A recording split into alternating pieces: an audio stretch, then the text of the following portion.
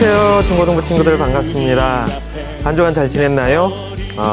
이번 주부터 새로운 시리즈가 시작을 합니다. 할 말이 있어 라는 주제로 하나님께서 우리에게 어떤 이야기를 하고 싶으셨는지에 대해서 우리 한 주 한 주 살펴보려고 합니다. 그 첫 번째 시작으로 나는 널 만나길 꿈꿨어 라는 제목으로 이야기를 나누려고 합니다. 이야기를 나누기 앞서서 우리 짧은 또 영상 클립을 하나 보려고 해요. 온라인으로 보시는 친구들은 그 영상 저작권 때문에 올려드리지 못하지만 그래서 링크를 같이 올려드릴게요. 샌드아트 애니메이션인데 하나님께서 천지를 창조하셨던 그 사건에 대해서 하나하나 따라가는 영상입니다. 어떻게 하나님께서 천지를 창조하셨는지 한번 영상을 찾아서 보셨으면 좋을 것 같아요. 영상을 보셨다고 생각을 하고, 그리고 첫 번째 우리 여는 질문을 해보려고 합니다. 여러분들은 하나님께서 날 창조하셨어 라는 그 이야기를 들으면 어떤 생각이 드시나요? 인간의 시작이 어디에서 시작되었다라고 생각하시나요? 한번 나눠보도록 하겠습니다. 네, 이야기 나누셨나요? 하나님께서 어떻게 인간을 창조하셨는지, 어떻게 우리의 인류가 시작되었는지에 대해서 성경은 이렇게 이야기하고 있습니다. 창세기 1장 1절이에요. 예, 거기서 이렇게 설명을 합니다. 태초에 하나님께서 하늘과 땅을 창조하셨습니다. 이 세상의 창조에 대해서 설명을 합니다. 영어 성경에는 이렇게 나와 있어요. In the beginning, God created the heavens and the earth. 네, 하나님께서 우리에게 처음으로 해주고 싶으셨던 말은 이거예요. 내가 이 세상을 창조했어. 그리고 너도 내가 창조한 거야. 이 창조라는 의미, 하나님께서 창조라는 단어를 쓴 것에 대해서는 이런 의미가 있어요. 어떤 우연이나 갑자기 해프닝으로 이 세상이나 우리 존재가 생겨난 것이 아니라 분명한 의도와 마음, 감정, 생각을 가지고, 계획을 가지고 이 세상과 우리가 창조되었다, 만들어졌다라는 뜻이에요.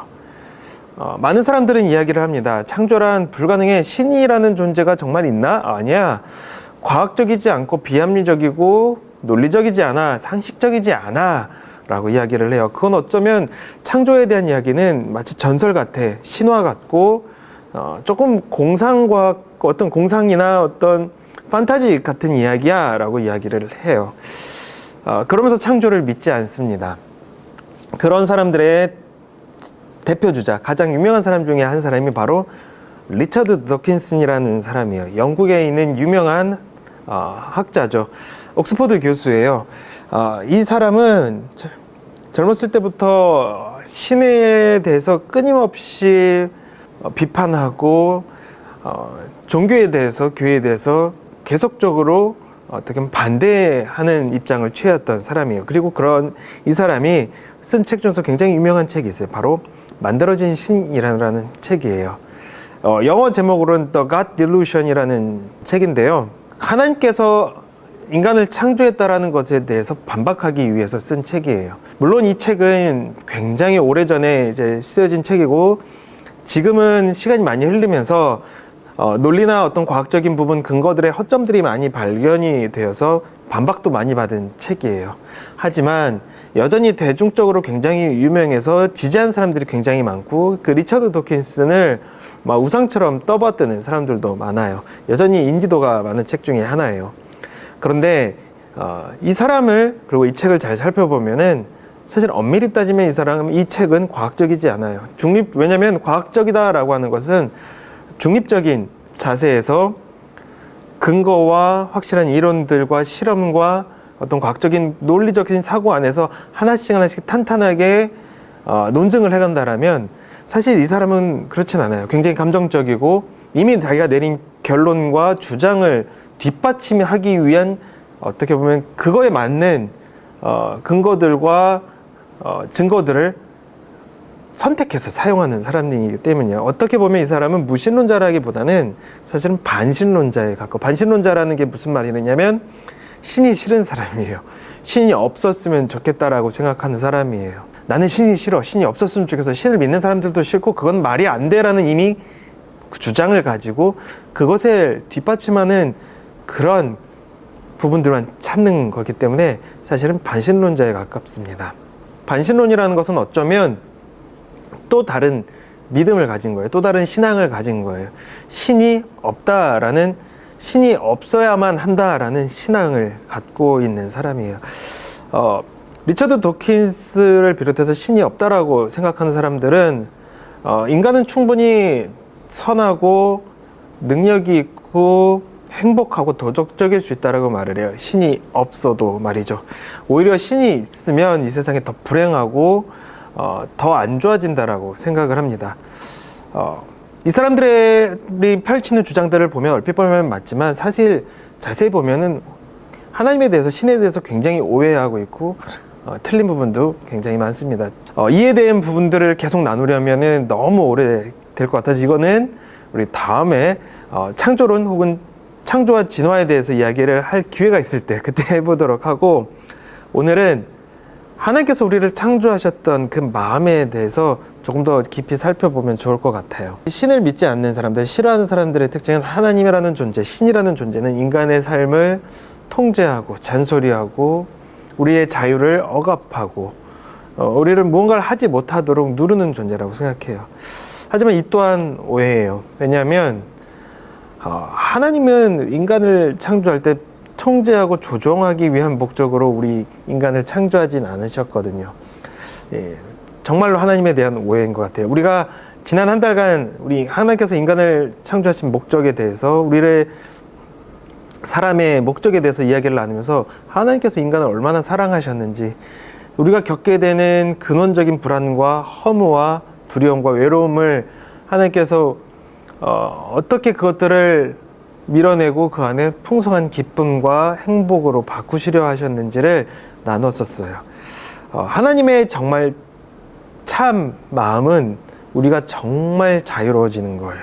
하나님 안에서 정말 자유로워지고 풍성한 기쁨을 누리고 건강한 삶을 누리는 게 바로 하나님의 진짜 마음이고 목적이에요. 그렇기 때문에 우리에게 모든 것을 선택할 수 있는 자유와 권리를 주셨습니다. 선물로 주신 거예요. 하나님께서는 그 무한한 자유를 우리에게 주시면서 우리에게 가장 선한 선택을 할 수 있도록 그 길을 열어주시고 축복하시고 또 그것을 통하여서 우리가 풍성한 삶으로 갈 수 있는 길을 열어두셨어요. 하나님께서 우리를 향해서 부어주신 축복은 바로 그것이에요. 그런 하나님의 마음이 드러나 있는 말씀이 있습니다. 잠언 8장 22절에서 31절 말씀인데 함께 읽어보도록 하겠습니다. 여호와께서 모든 것을 창조하시기에 앞서 태초의 날을 가지고 계셨다. 영원 전 맨 처음에 세상이 시작되기 전에 나는 세워졌다. 아직 대양들이 있기 전, 샘들이 있기 전 내가 태어났다. 산들이 제자리에 세워지기 전, 언덕들이 만들어지기 전 내가 생겨났으니 하나님이 이 세상과 들판을 만드시기 전, 세상의 먼지를 만드시기 전이다. 그분이 하늘을 제자리에 두실 때, 깊은 바다 둘레에 태를 두르실 때 내가 그곳에 있었다.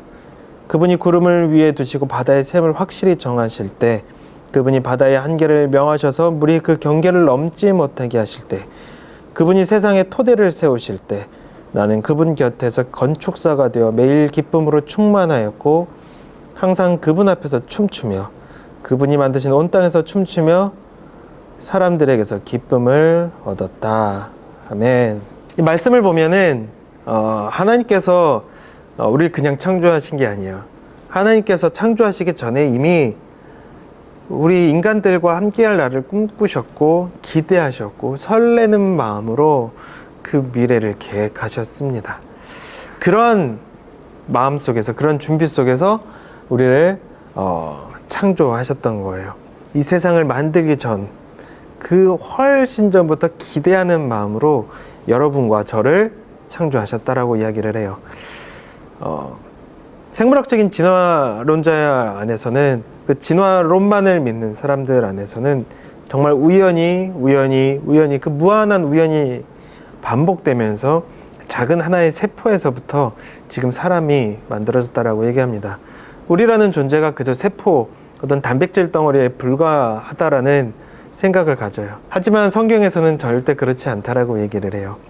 하나님께서는 우리를 사랑으로 품으시고 꿈꾸시고 계획하시면서 인간을 창조했다라고 설명합니다. 세상을 이미 만들어 놓고 나서 좀 허전한데 해가지고 뭘 채울까 해서 추가적으로 만든 것이 아니라 이미 우리를 그리시고 꿈꾸시고 소망하신 다음 우리를 위하여 우리가 살 터전인 세상을 그 다음에 만들어가기 시작했다라고 이야기를 해요. 그냥 물질에 불과한 존재가 아니라 그냥 어느 날 갑자기 태어난 이 땅에 떨어진 그런 우연의 산물이 아니라 하나님의 사랑과 기대와 소망이 담긴 축복의 존재라고 성경은 이야기를 합니다. 바로 여러분은 하나님이 꿈꾸어서 창조한 존재입니다. 하나님은 여러분을 만나길 너무 소망하셨고 기대했고 그리고 그것에 대한 마음으로 설레셨어요. 네. 그래서 여러분들은 하나님의 꿈이고 하나님의 소망이고 하나님의 사랑입니다. 존재 자체로요. 하나님께서 우리를 향해서 내가 너희들을 위해서 할 말이 있어. 그래서 성경책을 줄게. 근데 그 첫 마디를 어떻게 할까 생각했는데 바로 그 첫 마디가 그거야. 나는 너를 만나기를 꿈꿨어. 계획했고 설렜고 기대했고 그리고 너무 기뻤어. 너희를 만나게 돼서 너무 행복했어. 바로 그 이야기가 바로 첫 하나님의 이야기의 스타트입니다. 여러분들은 우연의 결과가 아닙니다. 하나님의 사랑과 축복과 소망의 열매입니다. 때로 여러분들이 마음에 자신감을 잃을 때나 때로 마음이 작아지고 약해질 때 하나님의 이 이야기를 떠올려 왔으면 좋겠어요. 넌 너무 소중해. 난 너를 만나길 너무 꿈꿨고 난 너를 만나서 너무 기뻐. 내가 널 만들었어. 그리고 네가 정말 자유롭게 아름답게 풍성하게 건강하게 행복하게 선하게 살기를 축복해 라고 말하시는 그 하나님의 한없는 축복과 사랑의 이야기에 귀를 기울였으면 좋겠습니다. 그리고 마지막으로 우리 한 가지 질문을 더 드릴게요. 그 질문을 가지고 한번 생각을 해봤으면 좋겠습니다. 무엇이냐면 여러분들은 누군가 혹은 무엇인가를 떨리고 기대하는 마음으로 기다려 본 적이 있나요? 혹은 나에게 소중한 어떤 것을 생각하면서 잠을 못 이뤘던 적이 있을까요? 왜 이 이야기를 생각해 보냐면 바로 여러분들이 그런 존재라는 뜻이에요. 하나님은 이런 마음으로 여러분들을 기다리고 여러분들의 만남을 꿈꿨습니다. 그리고 마침내 여러분들을 만나게 됐을 때 얼마나 좋아지고 기뻐하실까요? 행복해 하실까요? 그 만남의 기쁨을 여러분들도 느낄 수 있기를 소망합니다. 네, 오늘 우리가 나눈 첫 번째 이야기는 하나님께서 여러분들을 창조하시고 그리고 여러분들을 만나기를 너무 꿈꿨다라는 이야기예요. 하나님의 따뜻한 격려 속에서 한 주간 보낼 수 있었으면 좋겠습니다. 그렇게 되기를 기도하겠습니다. 다음 주에 또 이어서 이 이야기를 나누도록 하겠습니다. 어떤 이야기가 또 진행될지 기대해 주셨으면 좋겠습니다. 그럼 한 주간 건강하게 또 행복하게 축복하며 여러분 바이바이. 주님 앞에 나서리